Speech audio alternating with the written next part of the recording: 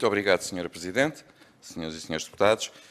Agradeço ao Dr. Máximo dos Santos a presença connosco, aqui neste fim de tarde, para nos dar algumas explicações sobre o modo como avalia a situação deste pedido de um reforço de um mecanismo contingente para o novo banco. E vou dividir as minhas perguntas em três grupos. Primeiro, desde a resolução até à venda do banco, depois, desde a venda até ao presente, e a terceiro grupo sobre o presente e o futuro. Primeiro, desde a resolução até à venda do banco. O Dr. Máximo dos Santos iniciou funções em março de 2017 no Fundo de Resolução, mas certamente que se informou como estava a ser gerido o banco e quais as questões regulatórias em vigor. E daí perguntar se, quando chegou ao Fundo de Resolução, identificou alguma displicência no modo como o banco estava a ser gerido, se as contas tornadas públicas pelo novo banco em 2015, 16 e 17 considera-as que estavam corretas ou se todos os ativos estavam contabilizados de forma correta.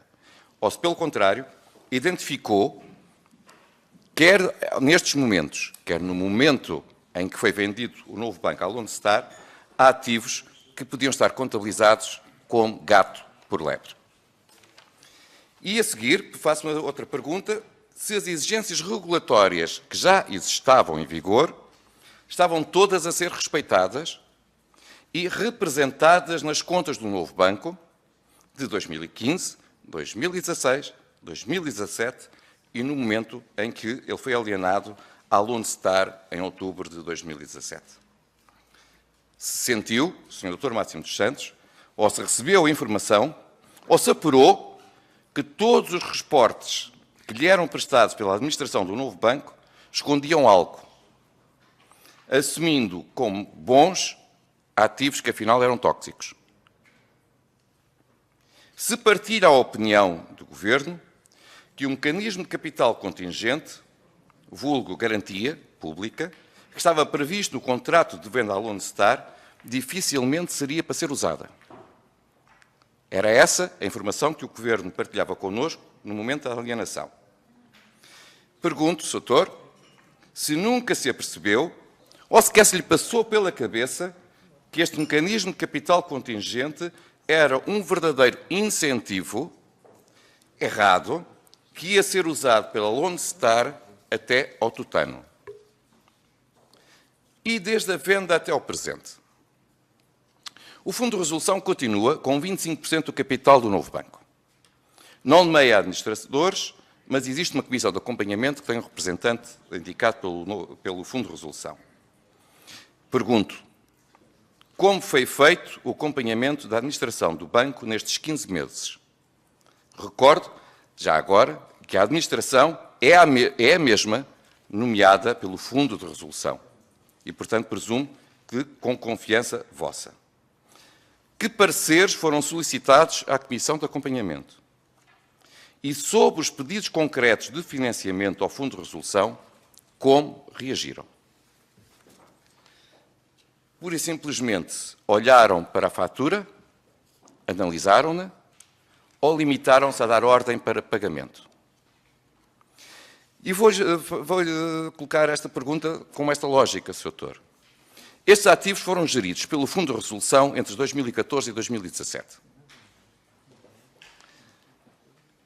Porquê que, então, nesse momento, nunca foram considerados tóxicos? Recordo que a administração do novo banco é a mesma, presidida pelo Dr. António Ramalho, que foi reconduzido pela Lone Star.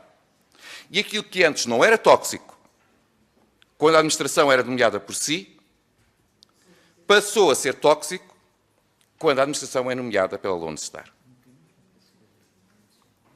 E, portanto, algo tem que ser explicado. Ou antes era gato por lebre, ou o que é que justifica que em pouco mais de 5 meses aquilo que era bom passasse a ser tóxico. Confirma que alterações na vida do banco ou no país terão ocorrido? Quais? Para produzir essa alteração? Recordo que a economia não entrou em recessão que os restantes bancos passaram a dar lucros. Portanto, que a administração é a mesma, não pode falar de surpresa, de desconhecimento, mas há uma alteração. O acionista maioritário e a existência de um mecanismo contingente, que para nós não é mais do que um incentivo negativo que o Estado deu para que o banco possa ser limpo à custa do erário público. Exemplificando, Sr. Doutor, dos 1.950 milhões de euros que já foram pedidos ao Fundo de Resolução, 1.100 referem-se a perda de ativos e 845 milhões a questões regulatórias. Pergunto, investigaram o que o novo banco tem vindo a fazer para recuperar o valor desses ativos? Qual é a taxa de recuperação dos mesmos? A quem têm sido feitas as vendas das carteiras e com que desconto? Como tem a Oliver Wyman desempenhado o seu papel de agente de verificação dos ativos? E sobre os 845 milhões de euros de questões regulatórias? Que alterações regulatórias existem entre novembro de 2017, no momento da alienação do banco, e março de 2018, para que justifique o surgimento destas imparidades? E sabemos ainda, Sr. Doutor, que os rácios de capital também são determinantes para pedir o reforço de capital ao Fundo de Resolução. E eu faço-lhe a pergunta. Analisaram que alterações contabilísticas foram postas em prática pela mesma administração que existia anteriormente, que levaram a que, por exemplo, os DTAs pudessem ser anulados no valor de 1,2 bi, que a prática de reembolsos de antecipado de passivos pudesse entrar em vigor, ou ainda o aumento de provisões para imparidades, mesmo para os créditos não identificados como referentes ao mecanismo de contingente, com um único objetivo: que o banco não tenha resultados positivos. E, por isso, necessitar do financiamento do Fundo de Resolução para cumprir os rácios de capital. Tudo tem um fim e um objetivo. E, por isso, a questão é muito simples. Os senhores analisaram estas rúbricas, uma a uma, para defender o interesse público, ou limitaram-se a olhar e passar o cheque? E sobre o presente e o futuro? Perante uma fatura de 1.900 milhões de euros e comportamento de diferentes agentes, temos que perguntar: aquilo que aconteceu até à resolução foi alvo de 2 auditorias, de uma comissão de inquérito, de uma decisão do Tribunal da Relação. Mas há muito a explicar sobre o que aconteceu desde esse momento até hoje. Como é que o banco foi gerido pelo Fundo de Resolução, sobre o processo de venda e sobre a gestão após a venda. De certo que partilhará connosco e com o Sr. Presidente da República que é necessário apurar tudo isto. O que falta apurar e não replicar aquilo que já foi alvo de apuramento. E ainda, que avaliação faz do papel e do comportamento da Comissão de Acompanhamento, que aparentemente nada faz e para nada serve? E até tenho que lhe fazer esta pergunta, porque é do domínio público a especial, entre aspas, prestação parlamentar que ocorreu a semana passada. Mantém a confiança nesta Comissão?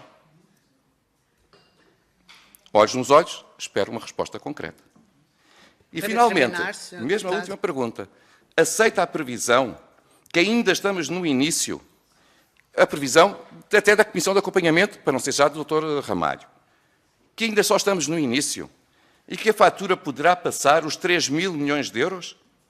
Ou estão, de facto, a trabalhar para que tal não aconteça? Mais uma vez, muito obrigado. Muito obrigada, Sr. Deputado.